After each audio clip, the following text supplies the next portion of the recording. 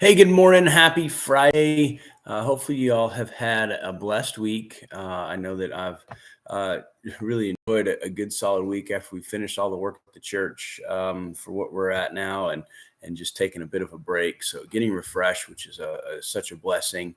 We're going to be this morning, though, in Psalms 11. And as you look through this psalm, we get to discover one of the characteristics of God, a characteristic which we don't have in its entirety and in its fullness, and that's to be righteous. And so here we are, verse 1. It says this: In the Lord I put my trust. How can you say to my soul, flee as a bird to your mountain? Or look, the wicked bend their bow and they make ready their arrow of the string, that they may shoot secretly at the upright in heart.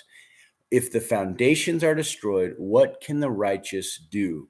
The Lord is in his holy temple. The Lord's throne is in his heaven. His eyes behold, his eyelids test the sons of men. But the Lord tests the righteous, but the wicked and the ones who loves justice his soul hates. Upon wicked he will rain down coals, fire and brimstone and burning wind shall be the portion and their cup. For the Lord is righteous, and he loves righteousness. His countenance upholds the upright. Okay, so we see here as we go through it one characteristic: righteous. That God is holy and completely righteous. Well, what does that mean? That means that in everything that he does, we know that it's good and that it's just and that it's truly right. Even when we look around this world and we see such great injustices and all those things that might take place, we can know that God himself will be a faithful and right judge who is going to love that which is righteous and he's going to hate that which isn't.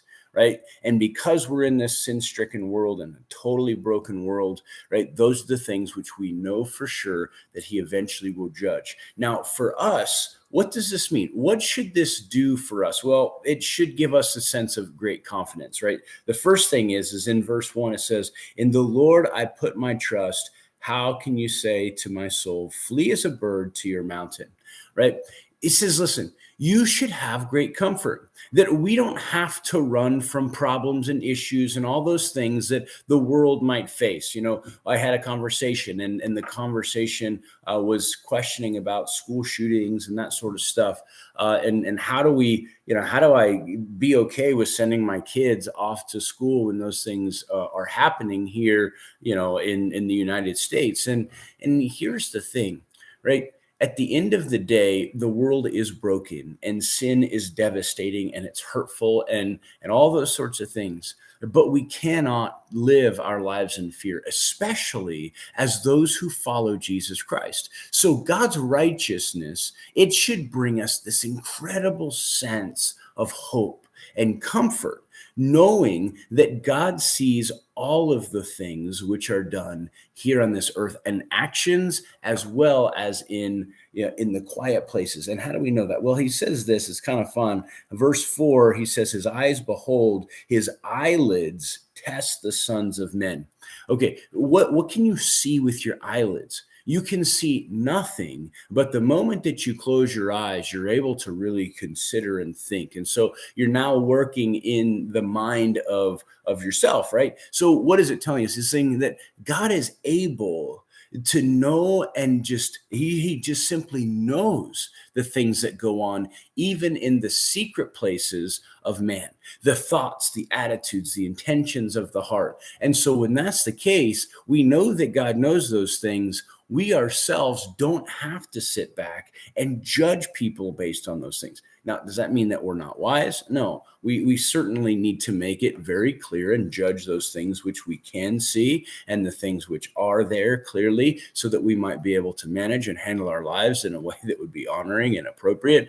However, we know, and it should bring great comfort for all those who may be wicked in this world and all those in that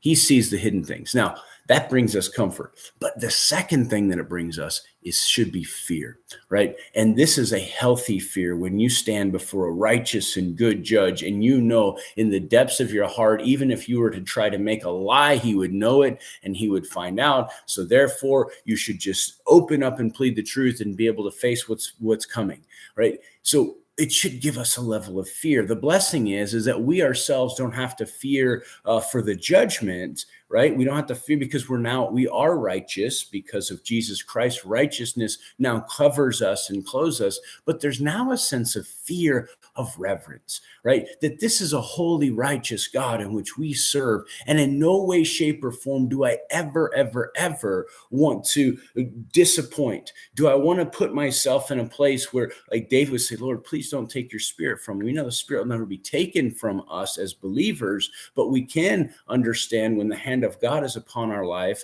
and then you fall into sin, you have the deep sense that there's a block, that there's clearly a distance between me and the Lord, which needs to be made right. And so there's this fear in which we should go through this life, knowing that God even sees the attitudes, intentions of our heart. And I'd much rather the Lord judge me with his eyes closed in the quietness of my own heart through the power of the Holy Spirit than have the world judge me because of all of that stuff working itself in actions and in deeds here on this earth. And people might look at me and say, wow, Jeff, you are a mighty, mighty hypocrite to claim Jesus Christ. But then we see all these things going on. Yeah, our hearts know we're hypocrites because we're totally split. But at the end of the day, we want the Lord to be honored. So comfort and fear should come from us when we understand that God is righteous. Love you guys. Hey, have a great weekend.